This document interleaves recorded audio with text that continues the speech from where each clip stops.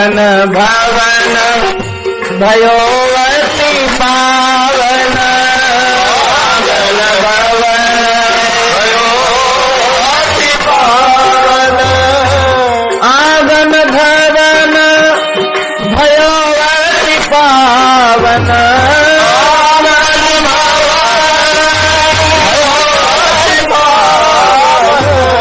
आंगन धरन भयो अति पावन,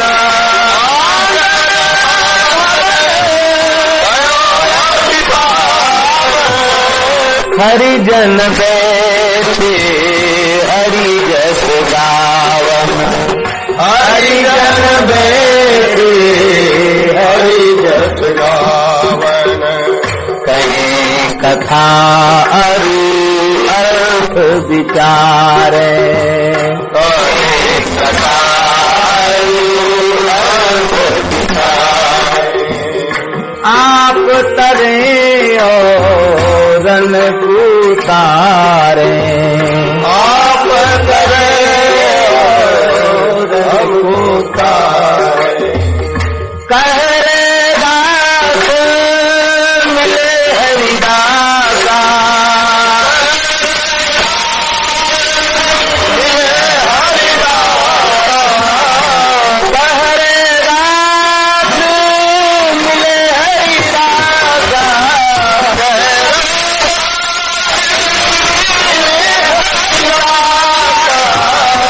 जन्म जन्म की पूरी आशा, जन्म जन्म की पूरी आशा, आज के दिवस की मैं बलिहारा, आज के दिवस की मैं बलिहारा, मेरे घर आया राजा राम जी का प्यारा, मेरे घर आया राजा राम जी का प्यारा, मेरे घर। हम जिस स्थान में रहकर श्री मलुकदास जी महाराज के टुकड़ा खाके वहां पड़े हुए हैं, उन मलुकदास जी का भी एक भाव है। संतन को आवत निरखी लीजे कंठ लगाए, संतन को आवत निरखी लीजे कंठ लगाए, हित कर भोजन दीजिए सादर शीस नवा, हित कर भोजन सादर शीस नवा, हाथ जोड़ी खड़े हुजिए जब साधु आवे, हाथ जोड़ी खड़े हुजिए जब साधु आवे, हाथ जोड़ी खड़े हुजिए जब साधु आवे, हाथ जोड़ खड़े हुजिए जब साधु आवे, शीस काटी दीजे देखत का जब हरि जस गावे, शीस काटी दीजे देखत का जब हरि जस गावे, भोजन आदर भाव तेले आगे धरिए, भोजन आदर भाव लेते आगे धरिए, भोजन आदर भाव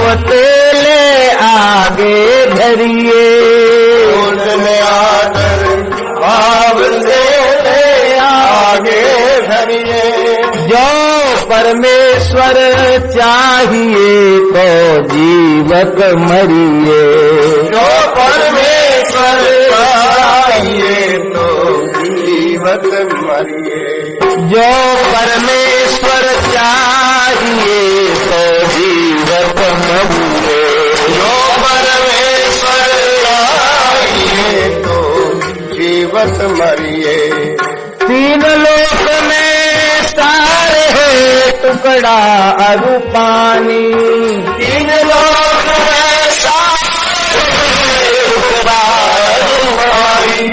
हाँ यही सार है, तीन लोक में सार है टुकड़ा अरु पानी।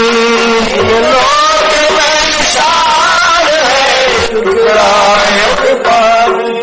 कहा मलूक से तरी गए जिन यह मत ठानी। मलूक से तरी गए जिन यह मत ठानी। संतन को आवत निरखी लीजे कंठ लगाए। संतन को आवत लगी लीजे कंठ लगाए। इत कर भोजन दीजिए, इत कर भोजन दीजिए, सादर शीश नवाए।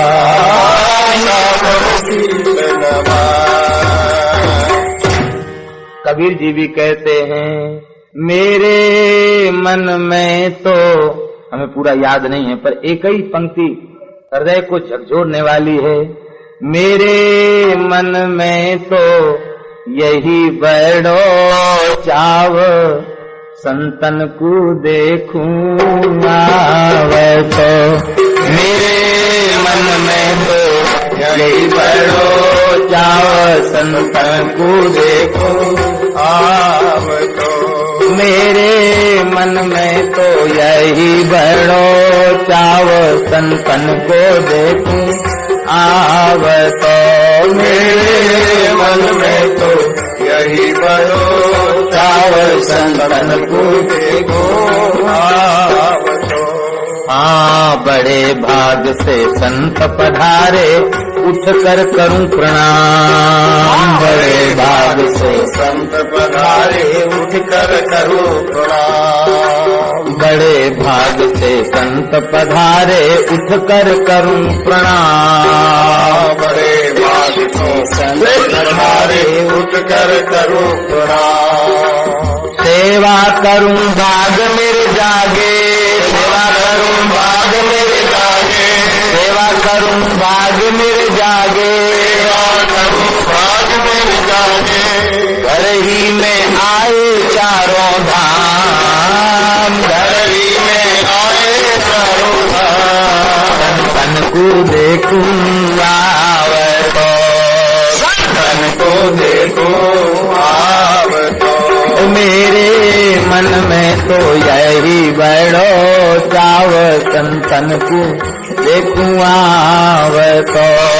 मेरे मन में तो वही बैठो चाव, संतन को देखूं आवतो। हाँ संत हमारे मातु पिता हैं, संत ही भाई बंधु।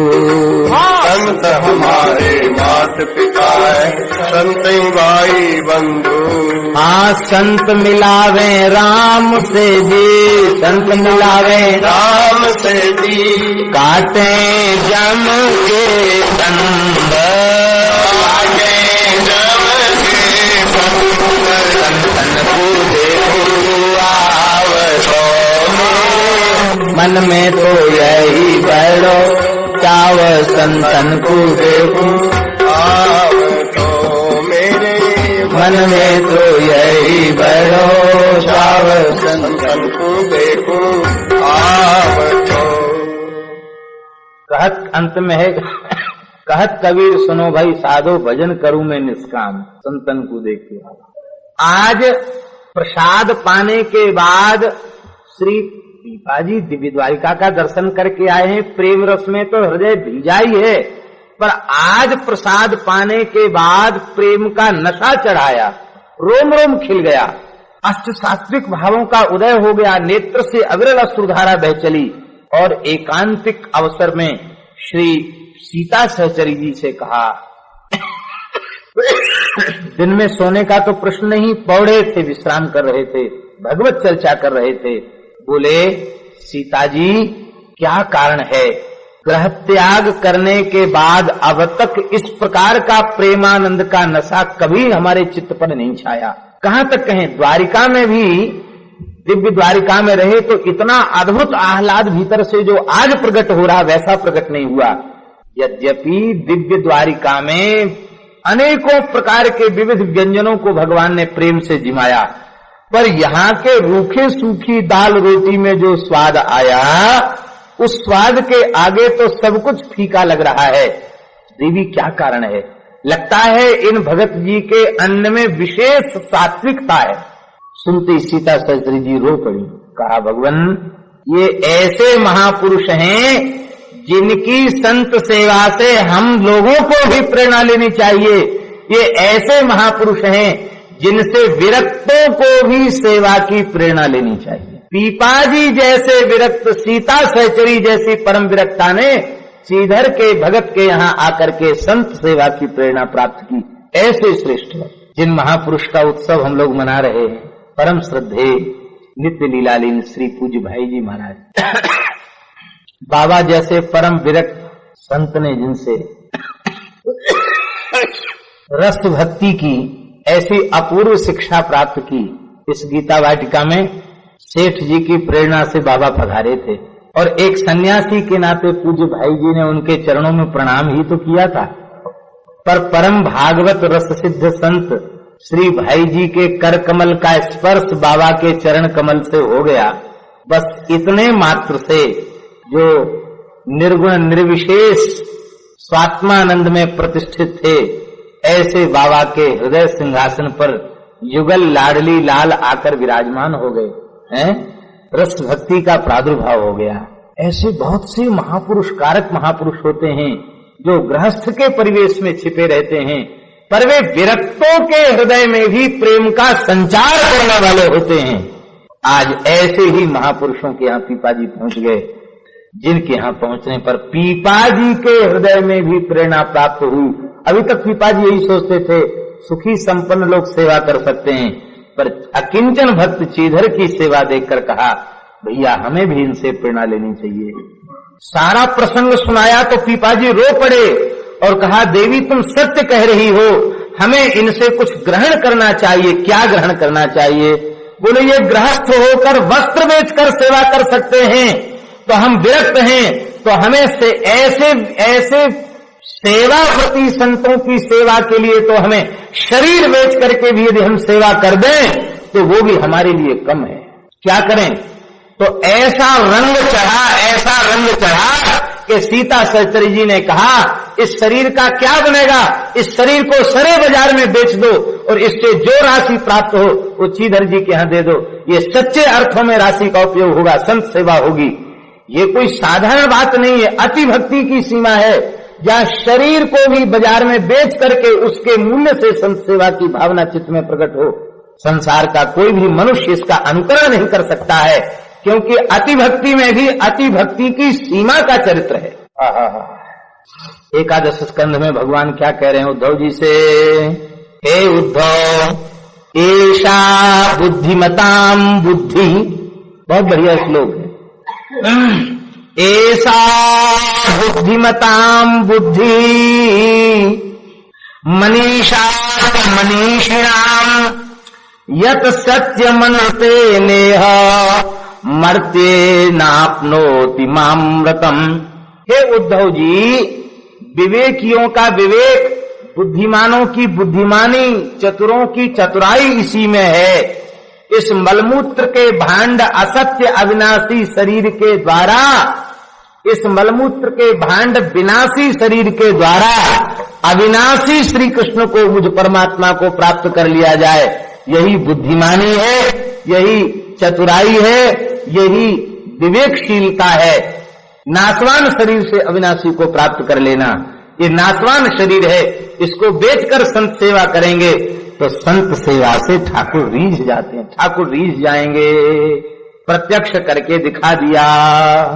देखो एक संत भय हैं श्री दयाराम दास जी, उन्होंने अपने एक पद में कहा है हाथिन के दांत के खिलौना बने भांति भांति। आभूषण भी बनते हैं, हाथी दांत के खिलौना भी बनते हैं। हाथिन के दांत के खिलौना बने भांति भांति, बाघन की खाल तपसीन मन भाई है। सिंह हिंसक जीव है और उसके व्याघ्र चर्म पर बैठकर संत भजन करते हैं। मोक्षस्यात् व्याघ्र चर्मणि, शास्त्र में लिखा है व्याघ्र चर्म पर बैठकर भजन करने से मोक्ष मिलता है। तो तपस्वियों को मन में व्याघ्र चर्म भा गई है। मृगन की खालन को ओढ़त हैं जोगी जति, अजाहू की खालन में पानी भर लाई है। मसक बनती है उससे, बकरी की खाल में। सांभर की खालन को बांधत सिपाही लोग, और गेड़न की खाल राजा रावही सुहाई है। ढाल बनाते गेड़े की खाल की। पर कहीं कवि दयाराम राम के भजन बिन, मानुष की खाल कछु काम नहीं आई है। मानुष की खाल कछु। सीता सहचरी जी ने कहा हमारे भारतवर्ष का एक राजा सत्य की रक्षा के लिए भरे बाजार में अपनी रानी सेव्या को बेच सकता है, केवल सत्य धर्म के पालन के लिए। तो परम धर्म के पालन के लिए यदि आप मुझे बेच दें और खुद भी अपने आप को बेचकर संत सेवा कर दें तो इसमें कोई बड़ी बात नहीं होगी। हम लोगों का शरीर धारण करना सफल हो जाएगा। इस बात को अन्यथा शब्दों में नहीं लेना। शरीर बेचकर सेवा करना, देखिए लगता ऐसा है कि मर्यादा का अतिक्रमण किया जा रहा है।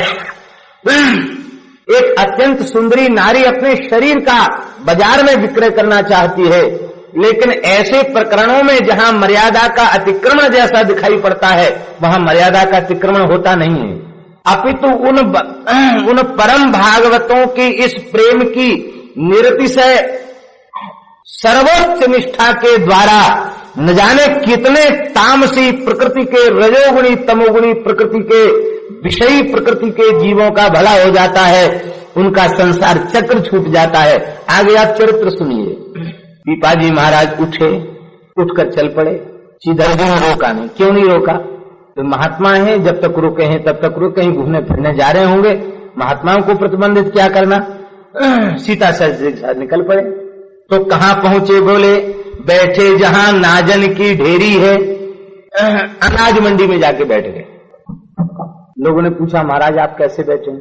और भाई हमको भी कोई खरीद ले, हम बिकने के लिए यहां बैठे हैं। किसको बेचना चाहते हैं? तो पीपाजी सीता सहचरी जी को इशारा करके बेचे कि इसको बेचना चाहते हैं, कोई अच्छी कीमत दे दे तो उसको हम बेचना चाहते हैं। भिंड इकट्ठी हो गई, क्योंकि आज तक ऐसी रूपवती नारी किसी ने देखी नहीं थी।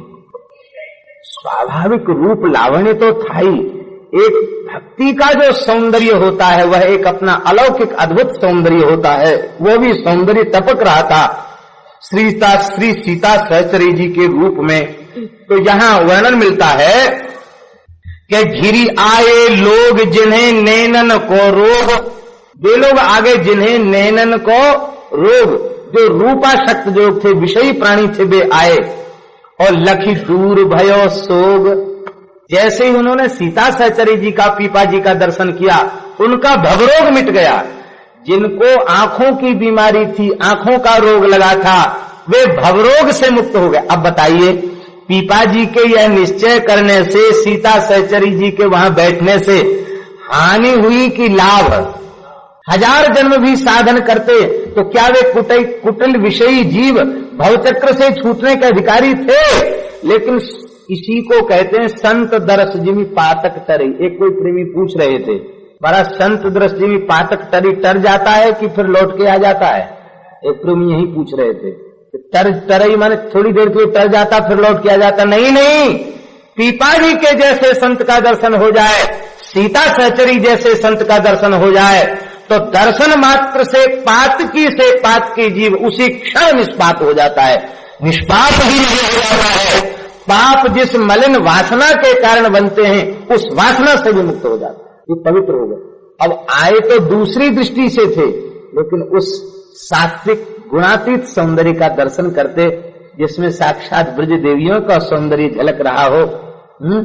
अब तो वे चरणों में पड़ जाते, प्रणाम करते, कहते लख दूर भयो सोग ने को नीको हु न हेरी है। कहने लगे कि भाई ये ऐसे लोग तो नहीं लगते हैं कि जो बाजार में बेचने के लिए आए, उनका दर्शन करके तो अद्भुत आनंद हो रहा है। तो साहस करके पूछा, पूछे तुम कौन हो? हम कौन हैं? इसको बेचना चाहते हैं और हम बेचने वाले हैं, यही हमारा परिचय है। यहाँ तो ऐसे शब्द लिखे हैं कि उनको कहने में भी बहुत कर्री छाती करनी पड़ेगी। स्वामी जी ने हंस करके कहा, संतों के विनोद भी बड़े विचित्र होते हैं, इसलिए संतों की वाणियों का रहस्य समझना सबके बस की बात नहीं है। हमारे यहाँ महात्माओं में कहावत है, 12 वर्ष रहे साधु की टोली तब पावे एक ठिठोली। 12 वर्ष रहे साधु की टोली तब पावे एक ठिठोली। उनके हंसने का रहस्य, उनकी ठिठोली समझ में आएगी। एक प्रेमी श्रद्धालु पहुंचा, बोला महाराज हमारे कल्याण का कोई उपदेश दीजिए। महात्मा बोले बच्चा राम राम करो। ना महाराज कोई उपदेश दीजिए। महात्मा सिद्ध थे, वो हंसी करने वाले स्वभाव के थे। महात्मा बोले अच्छा ठीक है, हमारा उपदेश ग्रहण करोगे तो तुम पार उतर जाओगे। महाराज दीजिए उपदेश। ये कथाएं साधुओं के बीच में कही जाती, सबके बीच में नहीं कही जाती, पर हम कह रहे हैं आप सब साधु ही हैं एक तरह से। तो महात्मा हंसते हंसते बोले नरक परन भजन करनते नरक परनते इंद्री जीत कसाई पर क्रिया सो नेह लगा के सीधे बैकुंठ जाए। अरे महाराज बुद्धि खराब हो गई क्या कह रहे हो? बोले महाराज हम ठीक ही कह रहे हैं, जो भजन करते हैं वे नरक से पार उतर जाते हैं। भजन करनते नरक परनते, नरक से पार उतर जाते हैं। और इंद्रिय जीत कसाई, जो इंद्रियों को कस लेते हैं उन्हीं को इंद्रिय जीत कहते हैं। जो जितेंद्रिय होते हैं वे ही भजन कर सकते हैं, अजितेंद्रिय व्यक्ति भजन नहीं कर सकते। और पर माने परमात्मा, त्रिया माने उनकी तुलसी, भगवान की प्रियतमा तुलसी को गले लगा के सीधे वैकुंठ जाई। जितेंद्रिय हो करके भजन करो, तुलसी गले में बांधो, तिलक लगाओ, सीधे वैकुंठ जाना। अरे महाराज आप ऐसा कह रहे थे और क्या? अब साधु हो के उठपटांग बात बोलेंगे। अब बताओ कैसे आप समझोगे? हमारे यहाँ साधु यदि अपनी भाषा में बातचीत करने लग जाएं तो आप लोग नहीं समझ पाएंगे कि लोग क्या कह रहे हैं। महाराज आज्ञा, बोले 4 संप्रदाय के महंत का मुंह काला करो। अब आप क्या समझोगे? 4 संप्रदाय का महंत जानते कौन है? लंगड़ तावा जो होता ना बड़ा भट्टी के ऊपर चढ़ता, वो 4 संप्रदाय का महंत है। उसकी कृपा से ही सबको रोटी मिलती है। उसका मुंह काला करना क्या है? माने उसको चूल्हे पर चढ़ा दो। ये साधुओं की भाषा है। 4 संप्रदाय के महंत का मुंह काला करो। अब आपको पता नहीं चलेगा। अब जैसे लोग बैठे हैं, अब उनके सामने कहो कि जाओ चूल्हा चेताओ कर ले, 11 बजे चूल्हा चेत रहा है तो पंगत कब होगी? बेचारे निराश होकर साधु लोग चले जाएंगे। तो कहेंगे कोई बात नहीं। क्या महाराज कैसे बुलाया? बोले 4 संप्रदाय के महंत का मुंह काला करो। ऐसे बहुत से कोड वर्ड साधुओं के होते हैं जो परस्पर एक दूसरे से बातचीत कर लेते, वे ही समझते, दूसरे लोग नहीं समझ पाते उनको। तो श्री पीपा जी ने कहा कि हम तो बिकने बेचने के लिए आए हैं। ये कौन है? बोले ये बारमुखी है, और बारमुखी के संग में भरुआ होता, हम भरुआ हैं, यही समझ लो और क्या समझोगे? साधु काहे को बिकेगा? तो सुनी रहे मौन, सब चुप हो गए। जैसे कोई राजा किसी सिपाही के पूछने पर कहे कि हम चोर हैं, तो क्या वह सिपाही विश्वास करेगा कि राजा चोर होगा?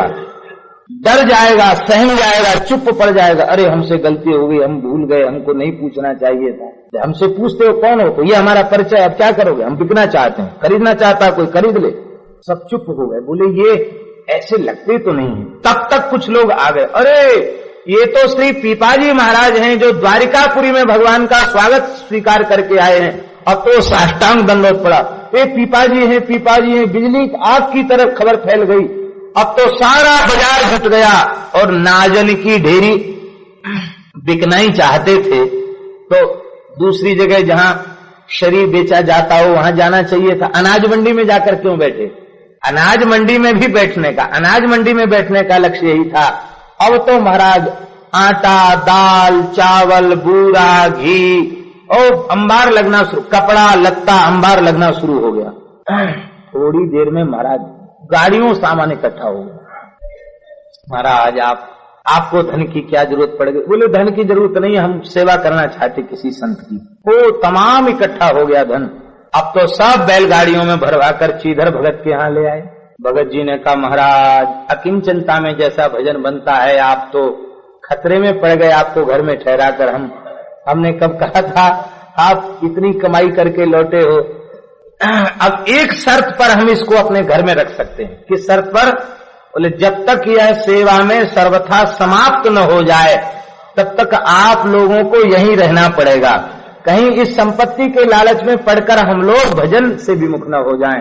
अब तो अहर्निश साधुओं का भोज भंडारा होने लग गया और कहते हैं करी अन्न राशि आगे मुहर रुपया पागे, पठे दई चीधर के तब ही निवेरी है। चीधर दंपति ने सारी संपत्ति को लुटा दिया। और अब देखिए, अब तक चीधर दंपति की महिमा छिपी हुई थी, कोई जानता नहीं था। लेकिन आज पूरे नगर में इस बात का पता चल गया कि साक्षात द्वारकाधीश के यहाँ 7 दिन पहुनाई करके जो पीपाजी महाराज आए, और वे पीपाजी महाराज अपने शरीर को बेचकर जब चीधर भगत की सेवा करना चाहते हैं, तो हमारे तो गांव घर के ही ये महापुरुष हैं। हम लोग आज तक इनकी महिमा नहीं समझ पाए, पहचान पाए। अब हम लोग प्रतिज्ञा करते हैं अपने जीवन में चीधर जी के यहाँ कभी ऐसा अवसर नहीं आने देंगे तो चीधर के घर में अन्न धन की कमी हो जाए। इसके बाद तो फिर किसी वस्तु का अभाव रह ही नहीं गया।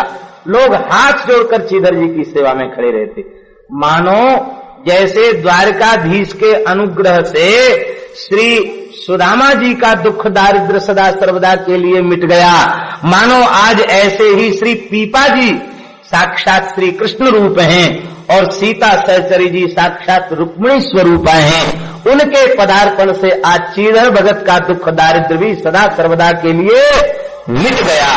अपार संपत्ति इन्हें प्राप्त हो गई, पर आप उसी अकिंचनता के भाव में भरे हुए सेवा करते। पीपा जी बोले अब यहाँ ज्यादा प्रसिद्धि हो गई है, ज्यादा यहाँ भी भीड़ इकट्ठी होने लग गई, आपको भी विक्षेप हो रहा है, आप आज्ञा दें तो हम चलें। चीधर रोने लग जाते, कहते महाराज कुछ दिन और रहिए। काफी समय पीपा जी उनके घर में रहे और अंत में आज्ञा मांगी तोड़े आए, कभू भूखे कभू घाए, औचक ही दाम पाए गयो हो स्नान को। आज्ञा मांगी तोड़े आए, कभू भूखे कभू घाए, औचक ही दाम पाए गयो स्नान को। मुहरनी भाड़ो भूमि गाड़ो देखी छाड़ी आयो, मुहरनी भाड़ो भूमि गाड़ो देखी छाड़ी आयो, कहीं निशितिया बोली जावो सर आन को। निशिति